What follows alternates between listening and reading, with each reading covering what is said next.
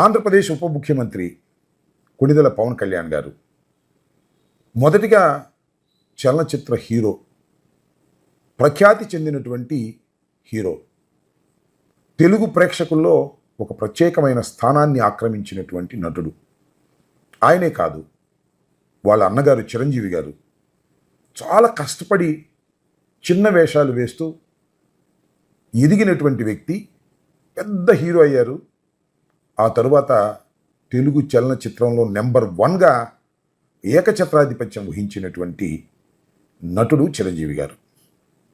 ఆ కుటుంబంలో పవన్ కళ్యాణ్ గారు చిరంజీవి గారే కాదు, వారి కుటుంబంలో చాలామంది హీరోలు ఉన్నారు, యాక్టర్స్ ఉన్నారు. సుమారుగా సినిమా రంగంలో ఒక పావు వంతు పైన చిరంజీవి గారి కుటుంబమే ఉంది అంటే అతిశయోక్తి కాదు. అలాగే ఇవాళ పవన్ కళ్యాణ్ గారు రాష్ట్ర రాజకీయాల్లో ఉప ముఖ్యమంత్రి అయ్యారన్నా, జనసేన పార్టీని స్థాపించారన్నా, అదేవిధంగా చిరంజీవి గారు కేంద్ర మంత్రి అయ్యారన్నా, ప్రజారాజ్యం పార్టీని స్థాపించారన్నా, మూలం బేసు తెలుగు చలనచిత్ర సీమే. ఆ తెలుగు చలనచిత్ర సీమలో వారు నటులుగా తెలుగు ప్రజలకు పరిచయమై వారి అభిమానాన్ని పొంది దాన్ని రాజకీయంగా మలుచుకోవడానికి ప్రయత్నం చేసి చిరంజీవి గారు కొంత దూరం ప్రయాణం చేసి విరమించుకున్నారు. పవన్ కళ్యాణ్ గారు ఉప ముఖ్యమంత్రి స్థాయికి వచ్చారు, ఇంకా తన ప్రయాణాన్ని కొనసాగిస్తూ ఉన్నారు. ఈ విషయాలని నేను ఎందుకు చెప్తున్నానంటే, ఒక రంగం నుంచి రాష్ట్రంలో ఒక అధికార పార్టీలోకి వచ్చారు అంటే, అధికారం వారి చేతిలో ఉంది అంటే ఆ రంగం వారు ఏమనుకుంటారు? సహజంగా మన కష్టాలు నష్టాలు, మన ఇతిబాధలు తెలిసిన వారు ఈరోజు రాష్ట్రంలో కీలకమైనటువంటి పదవిలో ఉన్నారు. అప్పుడు ఎన్టీ రామారావు గారైనా, ఇప్పుడు పవన్ కళ్యాణ్ గారైనా, లేదు తమిళనాడులో జయలలిత గారు, అంతకుముందు ఎంజి రామచంద్రన్ గారు, ఎవరున్నా మన రంగానికి సంబంధించిన వారు రాజ్యాధికారం పొందారు అంటే మన రంగాన్ని జాగ్రత్తగా చూసుకుంటారనేటువంటి భావన కలగటం అనేది సహజమైనటువంటి అంశం. ఎవరైనా అలాగే భావిస్తారు. ఇవాళ రాష్ట్రంలో ఉప ముఖ్యమంత్రిగా ఉన్నటువంటి పవన్ కళ్యాణ్ గారు ఉప ముఖ్యమంత్రే కాదు, సినిమాటోగ్రఫీ కూడా వారి పార్టీకి చెందినటువంటి దుర్గేష్ గారి చేతిలోకి తీసుకున్నారు. ఇంకా ఎక్కువ ఆశిస్తారు సినిమా ప్రముఖులు కానీ, సినిమా రంగంలో ఉన్నవారు కానీ. అయితే ఇక్కడ అంశం ఏంటి అంటే, ఇవాళ సినిమా నిర్మాతలతోనూ, ఎగ్జిబిటర్స్తోనూ, డిస్ట్రిబ్యూటర్లతోనూ ఉప ముఖ్యమంత్రి గారు ఘర్షణ వాతావరణానికి రావడం అనేది కొంత ఆశ్చర్యాన్ని, ఆయన తెలివి తక్కువ తనాన్ని, ఆయన గర్వాన్ని, ఆయన ఈగోని సూచిస్తుందనేది నాకు స్పష్టమైనటువంటి అభిప్రాయం ఉంది.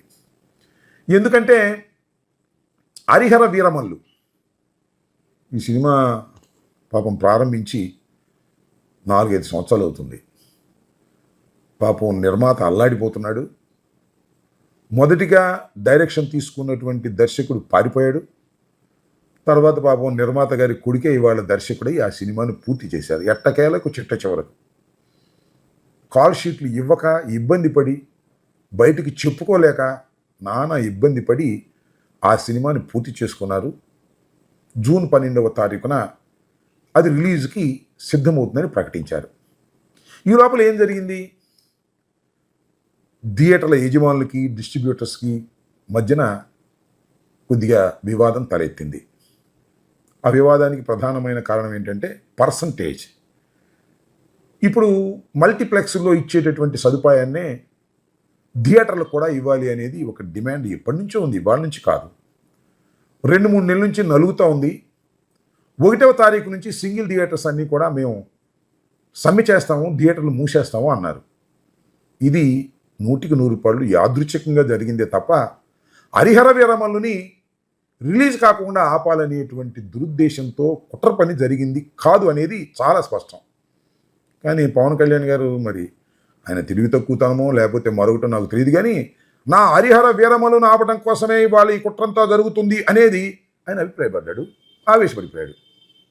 వెంటనే దీని మీద అసలు ఎందుకు వీళ్ళు థియేటర్ సమ్మె చేస్తున్నారు, నేను 12వ తారీఖు నా చిత్రం రిలీజ్ అవుతుంటే 1వ తారీఖు నుంచి వీళ్ళు చేస్తున్నారు కాబట్టి ఇది కేవలం నా మీద పగతోనే చేస్తున్నారు అనేటువంటి ఒక భ్రమతో దుర్గేష్ గారి చేత ఒక ఎంక్వైరీ చేయించారు. ఆ తర్వాత చిత్రమైన విషయం ఏంటంటే, ఉప ముఖ్యమంత్రి గారి కార్యాలయం నుంచి నిన్న ఒక పెద్ద ప్రకటన వెలువడింది. ఆ ప్రకటన చూస్తే ఎవరైనా ఆశ్చర్యపోవలసిందే.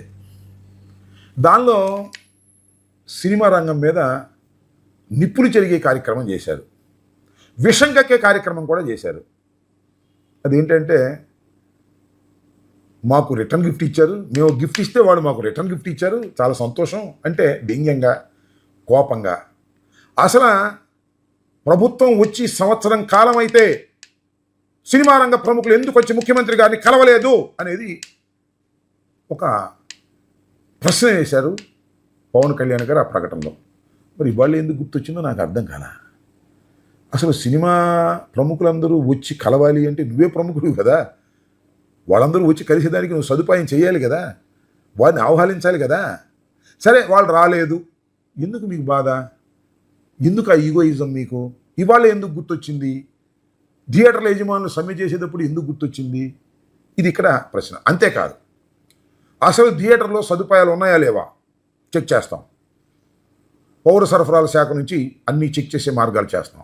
అసలు ట్యాక్సులు కడుతున్నారు లేదా అది కూడా తేల్చేస్తాం. అంటే ఒక రకమైనటువంటి బెదిరింపు. ఇన్నాళ్ళు మీరు చూసి చూడనట్టు పోయాం, ఇవాళకి మేము చూసి చూడనట్టు పోయే పరిస్థితిలో లేవు, మీ మీద కక్ష సాధించేటటువంటి కార్యక్రమం చేస్తాము అనేటువంటి మాట ఇండైరెక్ట్గా మాట్లాడారు. ఏమిటి ధోరణి, ఏమిటి పవన్ కళ్యాణ్ గారు? విఘ్నులు మీరు, మీకు ఎందుకంత ఆవేశం వచ్చింది? నిజంగా మీ మీద కుట్ర చేసేటటువంటి సాహసం సినిమా రంగంలో ఎవరికైనా ఉందా? నెంబర్ 1 హీరో, అందులోనూ అధికారంలో ఉన్నారు. వాళ్ళేమి పెద్ద కార్మికుల్లాగా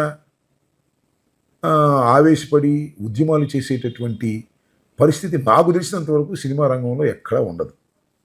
వస్తారు, సంప్రదిస్తారు, మిమ్మల్ని రిక్వెస్ట్ చేసుకుంటారు, వెళ్ళిపోతారు. మేమున్నా అంతే, మీరున్నా అంతే. మేమున్నప్పుడు చాలా చక్కగా నిర్వహించామని మేము అనుకుంటున్నాం.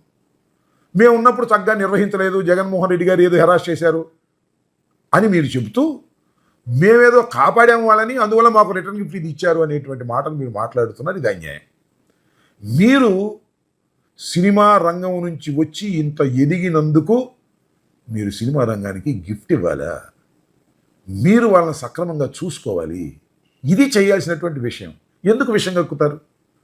నాకైతే స్పష్టమైనటువంటి అవగాహన ఉంది. హరిహర వీరమల్లుని రిలీజ్ కాకోకుండా ఆపటం కోసం థియేటర్లు సమ్మె చేయటం లేదు. వారి సమస్యల కోసం వారు సమ్మె చేస్తున్నారు. యాదృచ్ఛికంగా రెండు ఒకసారి జరిగినాయి.